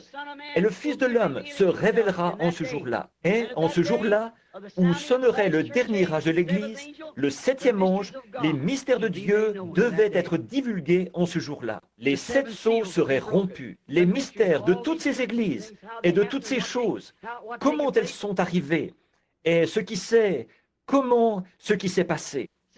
Ils ne savent pas ce qu'il en est. Jésus a dit, pharisiens aveugles. Il a dit, si un aveugle conduit un aveugle, n'est-ce pas qu'ils tombent tous deux dans une fosse? Voyez-vous, c'est pour ça que ces gens ne voient pas ce qu'il en est. Le mystère de cela, de ces sceaux, c'est que chacune de ces églises a formé une organisation et s'est retrouvée là-dedans. Et voilà une des choses secrètes qui était mauvaise aux yeux de Dieu. Vous voyez ça, Dr. Lee? Voyez-vous? Regardez, effectivement, c'est là le point, justement. C'est là un des secrets. Ils sont devenus une organisation. Et voyez-vous, ils étaient complètement en dehors de la volonté de Dieu. Cette chose sera dévoilée dans les derniers jours. Et les gens seront conduits, non pas à un credo ou à une dénomination, mais ils seront ramenés à la vraie parole. Et la vraie parole sera adressée à un certain groupe de gens. Et le Fils de l'homme se révélera au milieu d'eux, le même hier, aujourd'hui et éternellement. Oh là là! Oh, j'aime ça! J'aime faire son éloge. J'aime le rendre grand devant les gens. Je n'ai pas à le rendre grand. Il est déjà grand. Il est tellement haut que vous ne pouvez pas passer par-dessus lui. Tellement profond que vous ne pouvez pas passer par-dessous lui. Tellement large que vous ne pouvez pas le contourner. Et malgré tout ça, vous avez assez de place pour lui dans votre cœur. Ne voulez-vous pas le recevoir? Comme notre Seigneur est merveilleux. Très bien. Maintenant, soyons bien tranquilles. Tout le monde. Or, nous avons parlé de ceci. Maintenant, la question c'est, est-ce vrai? Bon, il se peut qu'il y ait des nouveaux venus ici. Voici ce que je dirais. Ce que je vous dirais, si Christ est le même hier, aujourd'hui et éternellement, qu'est-ce qu'il ferait en cet instant? Il ferait la même chose que ce qu'il avait fait quand il était ici auparavant. Pas vrai? La foi des gens toucherait son vêtement et il se retournerait, comme il l'avait fait dans le cas de la femme au puits et comme il l'avait fait en d'autres lieux, et qu'il connaissait leurs pensées. Bon, vous dites, est-ce qu'il pourrait me guérir? Sa parole déclare que ça, c'est déjà fait. Par contre, ce qu'il faut, c'est qu'il fasse connaître sa présence ici. Or, s'il nous apparaissait dans un corps physique, qu'il ressemblait trait pour trait au portrait du Christ à 33 ans de Hoffman, que du sang coulait de sa main et tout, qu'il avait des marques de clous partout, je n'accepterai pas ça. Non, non, non, non. Quand il viendra lui-même, tout œil le verra, toute langue le confessera. Comme l'éclair va de l'Orient jusqu'en Occident, il en sera de même. Voyez, nous ne croyons pas à ces sectes et à ces clans. Nous croyons que Dieu est la parole, mais il s'incarne, il prend votre corps et mon corps, et il vous donne des dons, il me donne des dons. Et c'est au moyen de ces dons qu'il se fait connaître. C'est ça, la nourriture secrète. Peu importe combien il pourrait se faire connaître à travers moi, il faut que vous y croyiez. Il faut que vous ayez un don de foi, vous aussi, pour y croire. Croyez-vous ça?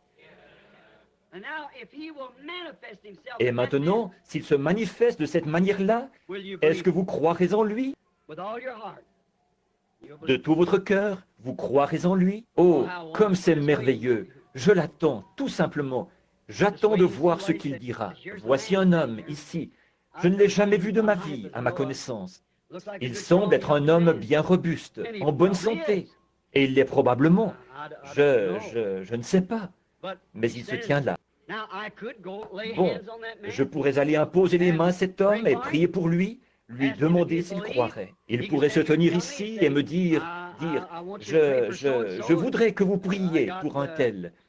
Et j'ai un affaissement de la voûte plantaire. J'ai constamment mal à la tête. J'ai des ulcères à l'estomac ou quelque chose comme ça. Je ne sais pas. Il pourrait mentionner n'importe laquelle de ces choses. Je dirais, bon, très bien mon frère, je vais poser mes mains sur vous et prier pour vous. Ce serait parfaitement bien. C'est exactement ça que nous avons fait tout au long de l'âge. Pas vrai? Mais souvenez-vous, Jésus a dit que juste au moment de sa venue, ce serait différent, comme ce qui était arrivé du temps de Sodome. Et l'homme qui était venu, il avait le dos tourné à la tente où se trouvait Sarah. Et il a dit, non pas Abraham, là, Abraham. Voyez-vous, la veille, il était Abraham. Mais une vision s'était présentée devant lui. Et le Seigneur lui avait dit ceci, je vais changer ton nom. Et voici que le Seigneur lui-même, sous la forme d'un homme, est en train de manger et de boire avec lui. Il a dit, Abraham, où est ta femme Sarah? S-A-R-R-A. Non pas S-A-R-A-I tréma. Il a dit, elle est dans la tente, derrière toi. Il a dit, je vais te visiter, selon la promesse que j'ai faite il y a 25 ans. Et Sarah a un peu ri en elle-même. Il a dit, Sarah vient de rire dans la tente en disant, comment cela peut-il se faire? Ah, y a-t-il quelque chose qui soit trop difficile pour Dieu? Voyez? Rien, non monsieur. Maintenant, il a dit, Jésus a promis que lui, le Fils de l'homme, qui est la parole, vous croyez ça? Viendrait dans les derniers jours et qu'il se révélerait au moment où le monde serait comme Sodome et Gomorrhe. Vous croyez que c'est vrai, ça? Avant que nous fassions une seule prière, certains d'entre vous dans l'auditoire, priez et voyez si le Fils de l'homme est toujours le même hier, aujourd'hui et éternellement. Demandez simplement s'il l'est. Dites, Seigneur, cet homme ne me connaît pas, mais je sais que tu es le même hier, aujourd'hui et éternellement.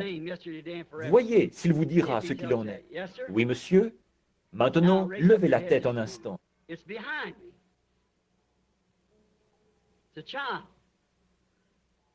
C'est derrière moi. C'est un enfant. Il est brûlant de fièvre en ce moment. C'est une petite fille. Vous n'êtes pas d'ici. Cet enfant a des problèmes d'estomac. Elle en avait. Croyez seulement. Or, est-ce bien ce qu'il avait dit qu'il ferait?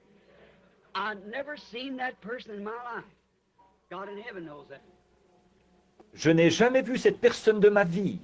Dieu, dans le ciel, le sait. Cet homme, ici, il a l'air très robuste et en bonne santé. Mais voyez-vous cette ombre au-dessus de lui? Là, ça veut dire qu'à moins que Dieu ne lui vienne en aide, il ne sera plus là très longtemps.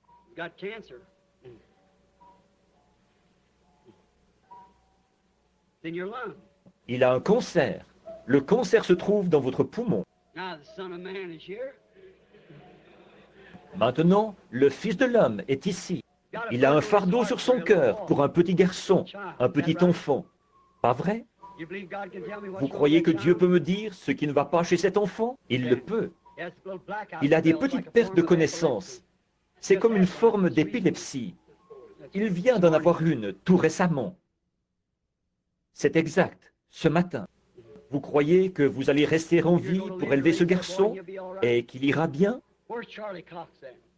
Where's Où he? est Charlie Cox? Où est-il? Charlie, où es-tu? Je pensais qu'il était ici ce soir. Par ici. Charlie. Charlie? Gary, where Gary, you at, où Larry? es-tu? Larry, lui, est-ce qu'il est ici? Son petit garçon avait la même chose. Exactement la même chose. Where you at, Larry? Come here, Où es-tu, Larry? Viens ici une minute. Well, Eh bien, voilà. this little boy here Ce had petit the same garçon avait la même chose. Son père et sa mère sont de très bons amis à moi. Il y a des années, j'étais là-bas et ce petit garçon était pris de crise. Il perdait connaissance et n'avait plus conscience de rien. C'était l'épilepsie. J'ai discerné ça sur ce petit garçon. J'ai demandé à Dieu de le guérir. Il n'en a pas eu une seule depuis. Voilà son père. Sa mère est assise ici quelque part. Et voici le petit garçon lui-même. Maintenant, est-ce que vous croyez, monsieur? Merci, Larry. Vous croyez, monsieur? Puisse le Dieu du ciel vous accorder la même chose et vous donner de vivre pour élever cet enfant. Que Dieu vous bénisse. Prions. Dieu bien-aimé, viens lui en aide. Je prie que ta miséricorde et ta grâce soient sur lui et que tu le bénisses. Au nom de Jésus. Retournez maintenant en Louisiane, dans la joie. Donnez gloire à Dieu pour lui.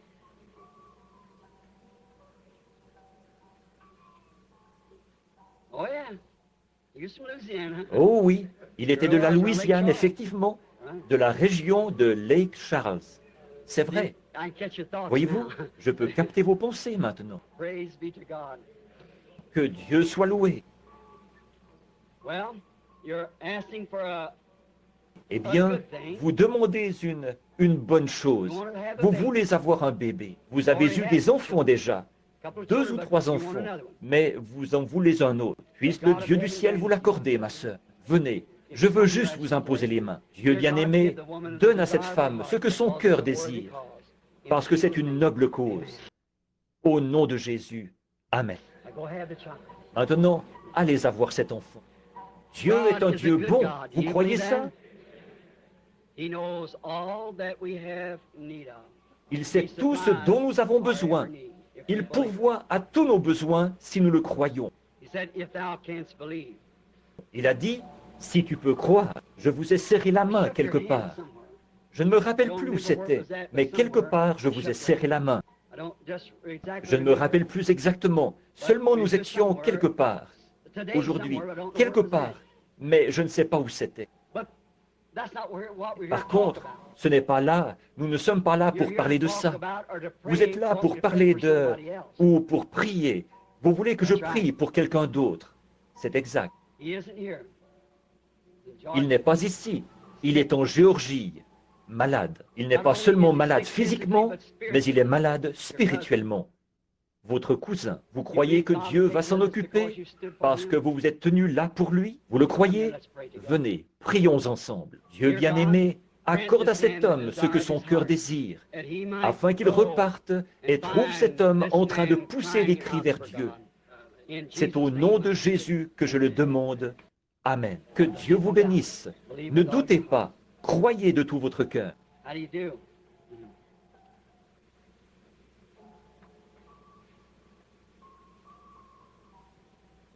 Ce n'est pas que je n'ai pas avancé la main pour vous serrer la main au moment où vous m'avez tendu la vôtre. I was noticing something. C'est que je remarquais quelque chose. It was a shadow.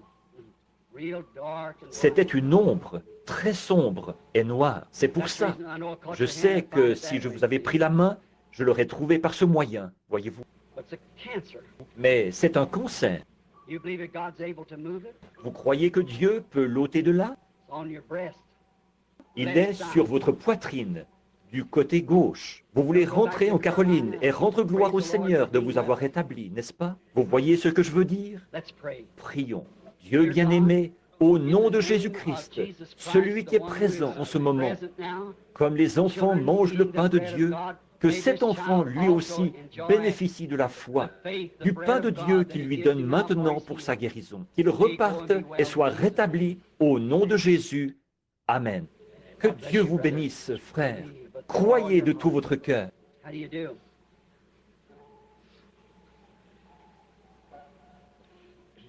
This is a wonderful time. C'est un moment merveilleux, n'est-ce pas? C'est comme si les gens étaient saisis d'un grand sentiment de révérence. Ou c'est comme si peut-être, à mes oreilles, c'est comme quelque chose qui fait un bruit comme ça, voyez-vous? C'est le pain des enfants, voyez? C'est à vous, c'est pour vous. Ce n'est pas pour moi, c'est pour vous. Je suis très reconnaissante de ce qu'en ce moment je suis en bonne santé à ma connaissance. Mais c'est du pain pour moi aussi quand j'en ai besoin. C'est du pain pour vous, c'est un encouragement, même pour vous qui n'êtes pas malade. Ça fait tout simplement monter notre cœur vers Dieu. C'est exactement la saison pour ceci. C'est ce qu'il a dit qu'il ferait. Et ce qui arriva du temps de Sodome arrivera de même à la venue du Fils de l'homme, quand le Fils de l'homme sera révélé. Voyez? Et voici, je vous envoie Élie le prophète, avant le jour de l'Éternel, ce jour grand et redoutable. Il ramènera le cœur des gens au Père. Voyez? Voyez? Et alors les justes fouleront les méchants, leurs cendres. Ceux-ci brûleront comme une fournaise. Voyez-vous, la terre brûlera. Nous le voyons. Elle va s'effondrer là-bas. Et il y aura des éruptions volcaniques partout sur la terre. Et les cieux seront embrasés. Ô rocher des âges, sois miséricordieux envers moi maintenant, et aussi à ce moment-là. Eh bien, d'abord, vous avez un problème féminin. Un problème gynécologique. Vous avez autre chose. Vous êtes nerveuse. Précisément à l'âge où on devient plus nerveux. Des complications de toutes sortes. Mais aussi, vous avez un désir. C'est de recevoir le Saint-Esprit. C'est vrai, c'est ça. Est-ce que vous croyez que Est-ce que vous avez tout confessé? Vous croyez que si je vous impose les mains et que je demande à Dieu de le faire, le Saint-Esprit viendra? Vous croyez ça? Prions. Dieu bien-aimé, j'impose les mains à cette femme selon la manière apostolique et je demande qu'elle reçoive le baptême du Saint-Esprit. Au nom de Jésus-Christ, puisse-t-elle le recevoir. Amen. N'en doutez pas, ça vous appartient. Voyez-vous, c'est à vous. C'est le pain des enfants. Vous vous êtes senti toute drôle quand j'ai dit problème gynécologique, n'est-ce pas? Parce que c'est ça que vous aviez, vous aussi. Maintenant, vous croyez que tout ira bien, là? Repartez en remerciant simplement le Seigneur. Est-ce que vous croyez de tout votre cœur? Vous croyez que vous allez pouvoir manger comme vous le faisiez il y a longtemps? Très bien. Repartez en disant « Merci Seigneur, je le crois ». La présence du Seigneur. Vous croyez que ce mal de dos va partir et que vous allez vous rétablir? Eh bien, repartez simplement en disant « Merci, Dieu bien-aimé » et Dieu l'accordera. Vous croyez que vous pouvez vous rétablir, que le Seigneur vous rétablira, que vous n'aurez plus d'arthrite, que vous allez vous rétablir, être en bonne santé? Vous croyez ça? Repartez en le remerciant. Dites « Seigneur, je l'accepte de tout mon cœur et je le crois. » Vous, dans l'auditoire, qu'est-ce que vous croyez à ce sujet? Vous, juste ici, posez votre main sur cette femme, assise juste à côté de vous, là. Dites-lui que les varices et l'arthrite vont partir. Quant elle, que Dieu vous bénisse. Vous croyez que vous allez vous rétablir maintenant? Rentrez chez vous et soyez rétablis. Que Dieu vous bénisse. Poursuivez votre chemin et dites « Merci Seigneur Jésus ». Vous croyez que ce problème gynécologique va partir, dans votre cas aussi, et que vous allez vous rétablir? Repartez en disant « Merci Seigneur ». Bonjour. Tiens, je connais votre nom. Autrefois, à l'époque où j'étais pasteur de l'église baptiste, Totten, sœur Della Totten. Vous souffrez de maux de dos maintenant. Tout ira bien. Vous croyez qu'il va vous rétablir? Vous vous souvenez de ce qui est arrivé là-bas, à l'église baptiste de Milltown, il y a des années? Il est toujours le même Dieu aujourd'hui. Que Dieu vous bénisse, ma sœur. George Wright, où es-tu? Tu te souviens? Oh, croyez-vous que si je ne fais que vous imposer les mains avec cette onction, croyez-vous que vous vous rétablirez? Venez. Au nom de Jésus-Christ, puisse-t-elle être guérie. Amen. Ayez la foi. Eh bien, est-ce que tous, vous croyez de tout votre cœur? Oh, comme ça réveille de vieux souvenirs de voir cette dame. Son nom m'échappe encore, mais Tutton, c'est exact. Oh oui, sa fille, c'était Birdie. C'est exact. C'est tout à fait exact. N'allez pas penser que je divague. C'est juste que je suis un peu, vous savez, c'est un peu, je ne peux pas l'expliquer. Mais votre mal de dos est parti, madame. Repartez, louez le Seigneur, dites merci Seigneur. Vous croyez que votre maladie de cœur, ça va s'arranger, vous aussi? Repartez simplement, en vous réjouissant, dites merci Seigneur Jésus, et croyez-y. Très bien. Ayez la foi, là. Ne doutez pas. Venez, madame. Est-ce que vous croyez de tout votre cœur? Vous avez beaucoup de choses qui ne vont pas. Vous aussi, vous avez mal au dos. Vous croyez que Dieu va vous rétablir? Très bien. Repartez simplement en vous réjouissant. C'est lui qui fait que vous vous sentez comme ça. Remerciez le Seigneur.